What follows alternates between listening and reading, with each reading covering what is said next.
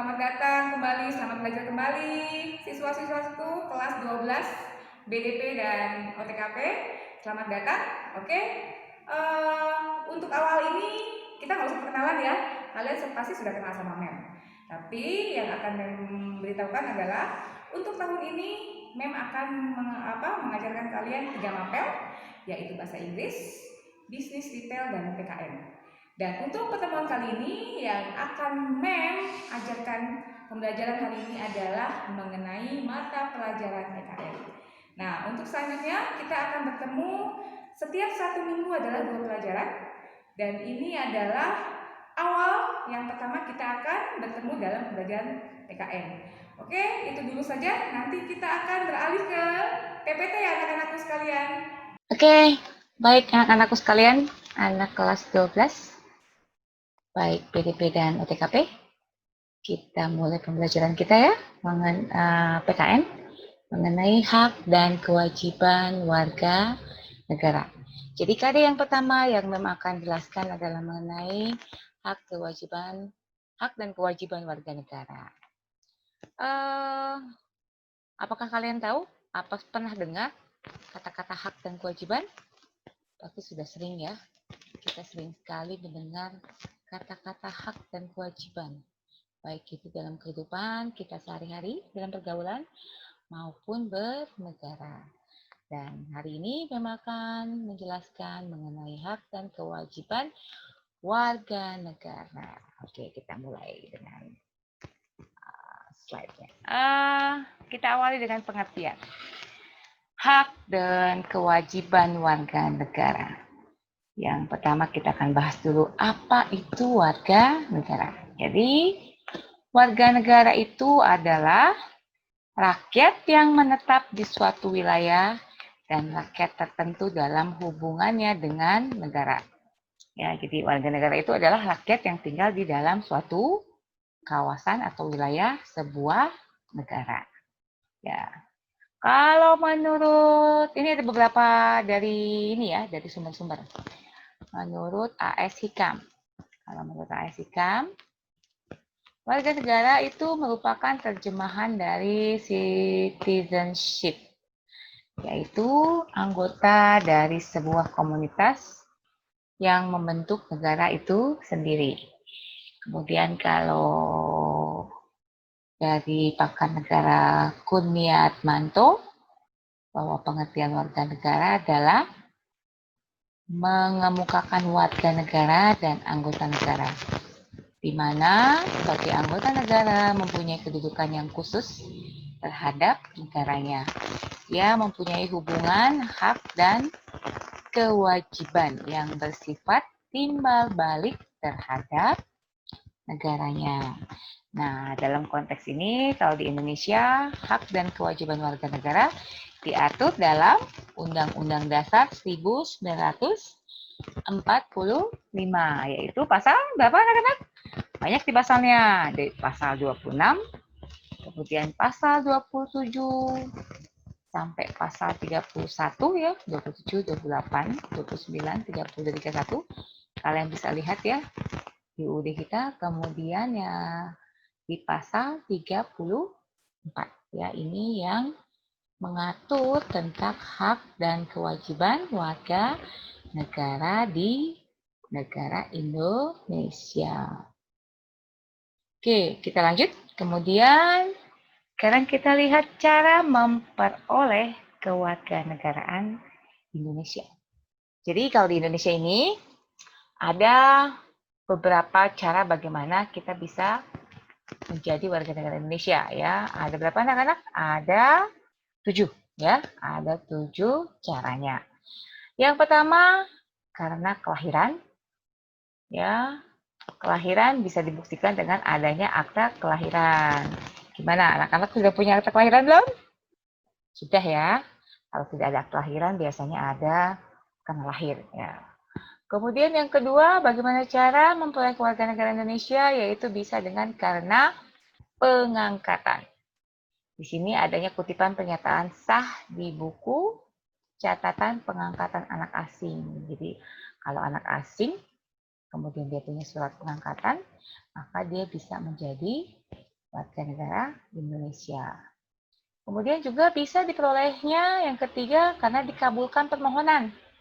Jadi bisa juga seseorang untuk mendapatkan kewarganegaraan itu karena permohonan, yaitu adanya petikan keputusan Presiden tentang permohonan tersebut tanpa pengucapan sumpah dan janji setia. Biasanya ini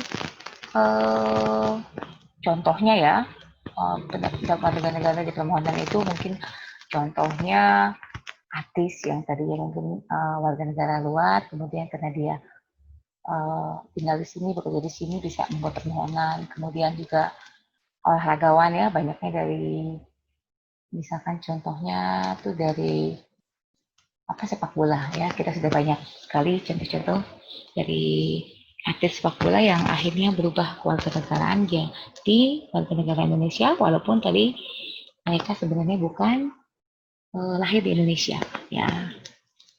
Kemudian juga bisa karena kewarganegaraan, yaitu adanya petikan keputusan Presiden tentang kewarganegaraan tersebut yang diberikan setelah pemohon mengangkat sumpah dan janji setia. Kemudian bisa juga karena adanya perkawinan ya.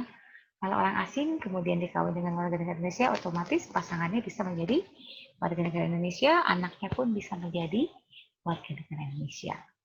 Kemudian juga karena turut ayah dan atau ibu, ya di sini dalam arti anak dari sebuah perkawinan, dia bisa mengikuti warga negara ibu atau warga negara bapak ya, ayah dan ibu. Kemudian juga bisa dari karena pernyataan. Adanya surat edaran menteri tentang memperoleh atau kehilangan kewarganegaraan RI dengan pernyataan. Di sini dalam arti dia bisa jadi warga negara Indonesia, bisa juga jadi sudah tidak jadi lagi warga negara Indonesia. Oke, sekarang kita bahas mengenai asas-asas kewarganegaraan. Dalam hal ini ada 4 asas anak-anakku sekalian. Yang pertama adalah asas lus sanguinis, yaitu sebuah asas yang dari keturunan atau hubungan darah. Ya, jadi ini artinya kewarganegaraan seseorang ditentukan oleh orang tuanya. Jadi kalau orang tuanya berasal dari Indonesia, otomatis anaknya pun menjadi warga negara Indonesia. Itu namanya asas lus sanguinis. Kemudian yang kedua adalah asas lus soli, yaitu asas daerah kelahiran. Artinya bahwa status kewarganegaraan seseorang ditentukan oleh tempat kelahirannya di negara tersebut. Jadi kalau kita lahir di Indonesia, maka otomatis kita lahir di Indonesia. Jadi warga negara Indonesia maksudnya. Oke, kemudian asas ketiga adalah asas bipatrit. Ya, bipatrit itu adalah dwi kewarganegaraan. Ini biasanya timbul apabila menurut peraturan dari dua negara terkait seseorang dianggap sebagai warga negara kedua negara tersebut ya. Itu contohnya seperti B.J. Habibie ya, almarhum. Dia mempunyai dua kewarganegaraan. Jadi dia warga negara Jerman dan dia juga warga negara Indonesia. Kemudian yang keempat adalah apartheid tanpa kewarganegaraan. Ini biasanya timbul apabila menurut peraturan kewarganegaraan seseorang tidak diakui lagi sebagai warga negara dari negara tersebut. Jadi ada yang karena mungkin mereka melakukan kesalahan, ya tidak melanggar sesuatu di bidang hukum, maka akhirnya kewarganegaraannya bisa dicabut. Nah, itu mengenai asas-asas kewarganegaraan. Kita next. Nah, kalau tadi kita sudah jelaskan tentang warga negara. Sekarang kita mulai ke materi pendidikan pendahuluan bela negara. Jadi ini adalah salah satu hak dan kewajiban warga negara Indonesia, yaitu bela negara. Apa itu bela negara? Kita bisa lihat di sini ya, kita baca sama-sama. Bela negara atau bela negara adalah tekad dan sikap dan tindakan warga negara yang teratur, menyeluruh, terpadu, dan berlanjut yang dilandasi oleh kecintaan pada tanah air serta kesadaran hidup berbangsa dan bernegara. Bagi warga negara Indonesia, usaha pembelaan negara dilandasi oleh kecintaannya. Ya, jadi ini adalah salah satu bukti bahwa kita cinta pada tanah air dan kesadaran berbangsa dan bernegara Indonesia. Kita yakin akan Pancasila, kita yakin atas Undang-Undang Dasar 1945 sebagai konstitusi negara dan Pancasila sebagai dasar negara kita. Wujudnya gimana nih? Ya, wujudnya kita dalam usaha bela negara. Jadi wujudnya adalah kesiapan dan kerelaan setiap warga negara untuk berkorban demi mempertahankan kemerdekaan, kedaulatan negara, persatuan kesatuan bangsa Indonesia, dan keutuhan wilayah Nusantara yang sesuai dengan Pancasila dan Undang-Undang Dasar 1945. Jadi bela negara itu diatur di Undang-Undang Dasar 1945 ya anak-anak. Kemudian maksud dan tujuan. Ya, dasar pemikiran. Oke, kita lanjut sekarang mengenai maksud dan tujuan pendidikan, pendahuluan pendidikan bela negara. Jadi kita sebelum bela negara ini kita harus tahu dulu kenapa sih kita harus bela negara, ya. Dasar pemikiran yang harus dijadikan bahan motivasi mengapa setiap warga negara ikut serta membela negara, ya. Khususnya yang kita bicarakan ini adalah bela negara Indonesia, ya. Yang pertama yaitu mengenai pengalaman sejarah perjuangan Republik Indonesia. Jadi kalian harus paham bagaimana kita bisa merdeka, prosesnya bagaimana. Dan kalian tahu ya bahwa proses kemerdekaan Indonesia itu tidak mudah. Kita dijajah 350 tahun oleh Belanda, 3,5 tahun oleh Jepang, ya. Kemudian sempat juga dengan sekutu, ya. Ini membuat kalau kita paham dengan sejarah maka kita akan punya rasa motivasi yang tinggi bagaimana kita harus membela negara kita. Kemudian yang kedua adalah kedudukan wilayah geografis negara dan strategis. Ya, perlu kalian ketahui ya, dan mungkin kalian sudah ketahui bahwa wilayah Indonesia itu geografisnya itu sangatlah menguntungkan. Kita punya tanah yang subur, kita punya laut yang banyak hasilnya. Ya, kemudian kita punya tambang-tambang. Kita bisa contohkan bagaimana di Papua itu tambang emas kita luar biasa. Sampai-sampai ya negara lain itu sangat ingin sekali memiliki tambang-tambang kita. Ini yang membuat kita harus membela negara kita agar tidak hasil kita tidak digunakan atau dijajah lagi oleh orang lain atau negara lain maksudnya ya. Kemudian keadaan penduduk demokrasi yang besar. Indonesia adalah negara yang mempunyai penduduk yang banyak ya, 220 juta penduduk. Itu data yang belum terbaru ya. Itu sih sudah bisa dibilang ini yang ketiga ya di dunia. Karena kita memang mempunyai jumlah penduduk yang besar ya, yang banyak. Kemudian juga kekayaan sumber daya alam. Ya, tadi geografis kita mendukung, sumber daya alam kita juga mendukung.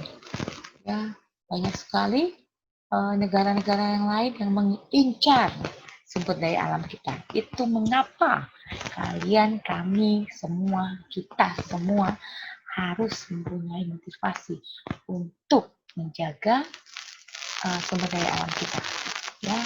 Kemudian yang kelima adalah perkembangan dan kemajuan iptek di bidang persenjataan. Di sini kita juga harus terlibat dalam kemajuan iptek ya. Kita juga harus tahu bagaimana perkembangan iptek di dunia agar kita tidak dimanipulasi iptek di Indonesia. Jangan sampai kita ketinggalan gaptek dan akhirnya kita terlibat atau kita bisa kembali terjajah secara iptek ya. Kemudian juga ini yang perlu diwaspadai memang ikut di bidang persenjataan. Kita harus paham bahwa persenjataan itu harus kita perhatikan, kita kasih fokus karena banyak sekali contoh-contoh dari bidang persenjataan, berarti banyak kasus di negara-negara lain yang membuktikan bahwa karena kurangnya kita pengetahuan di bidang persenjataan dan kita bisa dijajah lagi oleh negara lain. Ya. Kemudian juga yang terakhir ada yang keenam, kemungkinan timbulnya bencana perang. Nah, ini tidak menutup kemungkinan bahwa akan ada perang dunia lagi. Jadi oleh sebab itu kita harus memiliki motivasi untuk membela negara Indonesia. Untuk pertemuan ini mungkin hanya itu yang bisa saya sampaikan. Jadi intinya dalam pertemuan pertama ini menjelaskan dasar-dasarnya dulu mengapa kita harus memiliki motivasi untuk membela negara. Karena bela negara adalah menjadi salah satu contoh hak dan sebagai warga negara. Untuk Mem bisa tahu bahwa kalian sudah paham, mungkin nanti kalian bisa tuliskan ya, contoh apa yang bisa kalian lakukan untuk membela negara. Dalam hal ini posisi kalian adalah sebagai pelajar. Kalian bisa tulis, nggak usah banyak-banyak lah, 3 kegiatan apa yang bisa kalian lakukan, dan kegiatan itu bisa membuktikan bahwa kalian ikut serta dalam membela negara Indonesia. Baik, anak-anakku sekalian, itu tadi materi PPKN yang sudah Mem sampaikan untuk pertemuan pertama ini mengenai hak dan kewajiban warga negara. Semoga materi yang Mem jelaskan bisa tersampaikan dengan baik. Bila ada kesalahan itu dari Mem dan bila ada kebaikan itu semata-mata dari Allah. Mungkin itu saja dulu yang bisa Mem sampaikan. Sampai ketemu minggu depan. Wassalamualaikum warahmatullahi wabarakatuh.